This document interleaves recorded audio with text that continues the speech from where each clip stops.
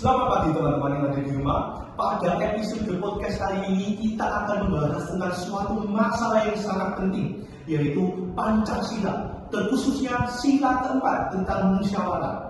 Nah, narasumber kita kali ini adalah Bapak Clement dan juga Ibu Wulan. Silahkan perkenalkan diri. Ya, perkenalkan, nama saya Clement, saya dari FKUK Petra. Perkenalkan, nama saya Putri Wulan, saya mahasiswa dari FKUK Petra. Oke, terima kasih. Nah, langsung saja ya ke pertanyaan pertama kita kali ini. Nah, menurut saya, musyawarah itu sebagai budaya sudah lama-kelamaan menghilang di generasi muda. Kira-kira menurut pendapatnya tadi gimana?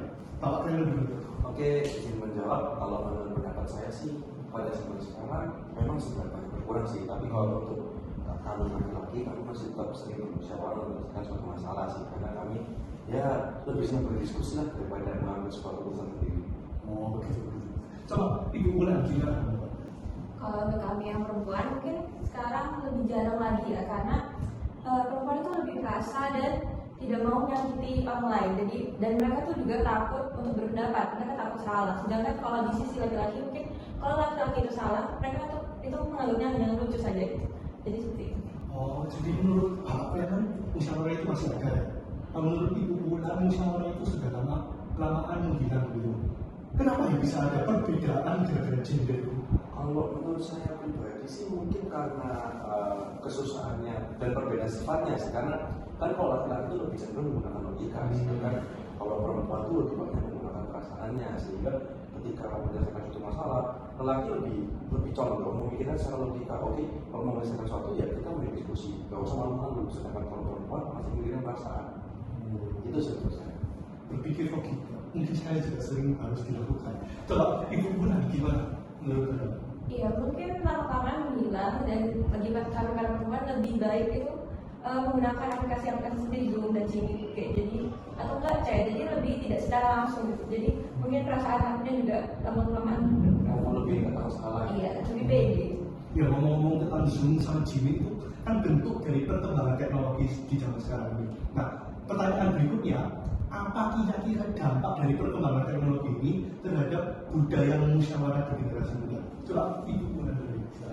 Mungkin gadget itu punya sisi baik dan buruk ya. Tapi dalam musyawarah kali ini mungkin lebih ke buruknya karena generasi muda saat ini jadi lebih tertutup dan individualisme. Jadi mereka hanya mau berbicara tapi kurang dalam mendengar.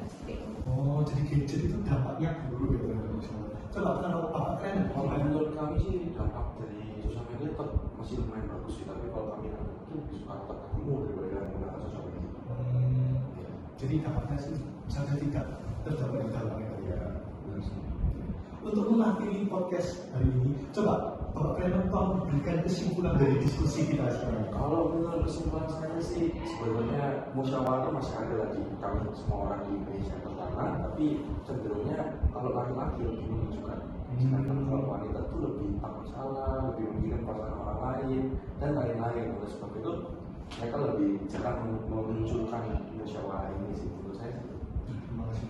Sekarang Mungkin kesimpulan kali ini jadi intinya kita tuh harus tetap mendengar gitu ya. Jadi agar semua kalangan tuh nggak perempuan doang itu lebih berani untuk berbicara dan lebih sering melakukan musyawarah seperti itu.